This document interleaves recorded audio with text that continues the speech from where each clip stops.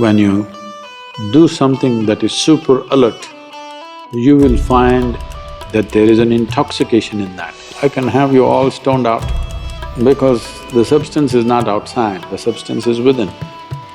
If you look at me, you would think I'm smoking, right?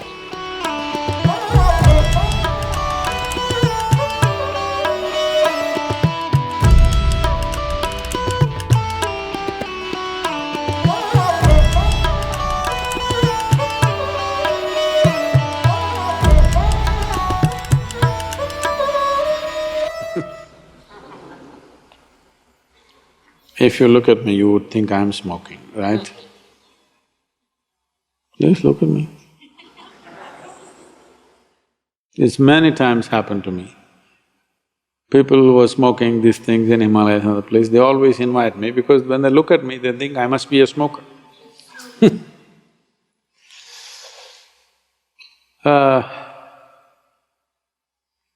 We need to understand this.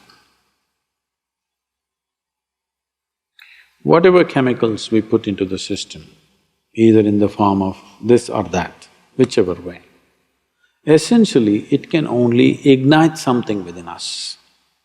It cannot by itself cause too much to us.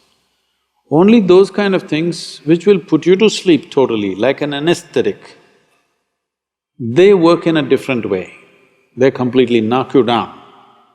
But all the others which have some sense of experience, they're only stimulating something within you. Now the question is, are you self-start or push-start? If you know how to stimulate yourself, you can sit here in great pleasure. Otherwise, you have to put something from outside. Shiva was not such a cripple that he needed chemicals from outside. He was stoned, no question about that. But by what is another matter. He is not using substance, he is the substance. So, I can make that happen for you. If you can be with me in a certain way, I can have you all stoned out. Because the substance is not outside, the substance is within. So, those who want to emulate Shiva, first they must sit unmoving for 3 months. And then maybe they can smoke also. This happened. Adi Shankara was walking. He's a brisk walker he must have been, because at the age of 32 he left. Before that, from the age of 12 to 32, in those 20 years, he crisscrossed India a few times, from Kerala right up to Badrinath and back and east, west, everything. The man must have been a really brisk walker. To do so much walking in a short span of life, because in between he produced thousands of pages of literature. He must sit somewhere to write all this. So he was walking briskly, behind him a bunch of his disciples trotting. Then he saw outside a village, those days in India, even just about 25-30 years ago, these drink shops, the country drink, usually is arak or toddy, they were only outside the village, never it was brought into the village. Now it's in the village, next to your house, in front of your child's school, they're selling alcohol, that's different. Those days, always it's outside the town. So there a few people will gather and they're drinking. Shankara looked at them in their inebriated condition. They looked at him, he looked straight and upright.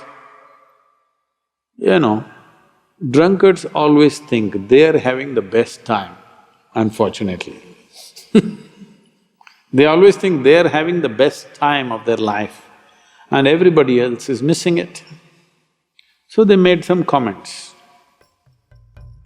So without a word, Shankara walked into the shop. There was a pot full of arak.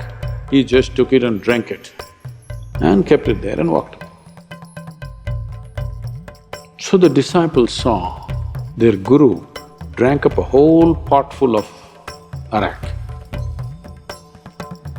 Then he started walking briskly. Behind him they're trotting, among themselves discussion. When our guru can drink, why can't we drink? They just needed an excuse. So, they were discussing this and he knows what's happening. So he came to the next village, they're walking through. There was a blacksmith working with some molten iron. He just went, picked up that thing and drank it and walked on. They knew this they don't want to drink.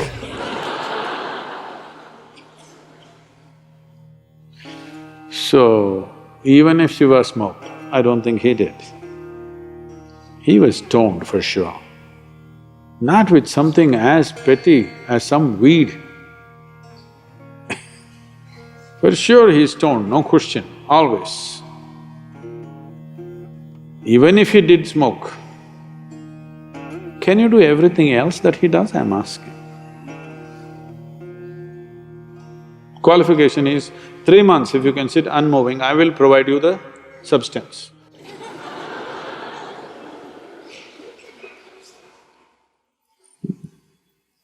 So, people thinking by smoking marijuana and feeling little smoked out, all that's happening is you're getting little hazy in your head. If getting hazy is spirituality, then I don't want to be spiritual. For me, the biggest thing is this crystal clear way of living. Getting hazy is not life, that happens in death.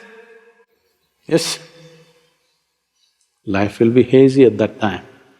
When you're sick and dying, life will be hazy. When you're alive, clarity is the most important thing, and clarity can be intoxicating.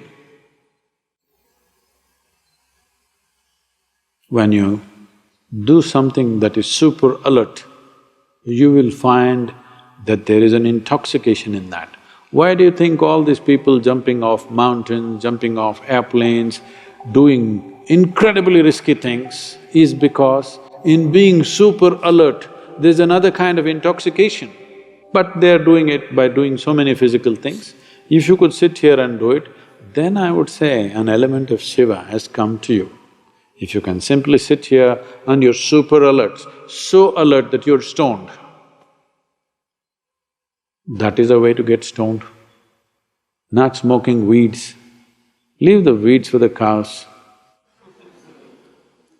Okay, human beings can do better things. And today the entire world is talking about it because they haven't found any other better way. There is substantial research on this. They're saying 8-point drop in one's IQ will happen. You don't have to go to any research. Those who are generally on this smoke, if you see them, they're acting peaceful, but you don't give them their substance for 2 days, you will see how cranky they become. Yes. Every day you give the dose, they're nice, peaceful. You will be peaceful when you're hazy. But that peace is of no value. And one thing is, don't give them the substance for 3 days, you will see they will explode. They will not be peaceful if you take away the substance. Today, of course, it's become legal in many states in America. Many big corporates are getting into it. It is just that because you don't know how to handle your brain, which is not your making. Previous generations have evolved and come to this place and you don't know how to handle this, you want to smoke it down a little bit so that it feels peaceful. That's not the answer. If you take away the substance for some time, then you will see your peace will fly. There's nothing spiritual about any chemical. If you have not found any better use for your brain, except freaking, marijuana will do good things. At least you don't bother anybody, you smoked out and you simply sit somewhere. If you found better use for your brains, that your brain can do something worthwhile, something creative, something useful, then that's not the way to go.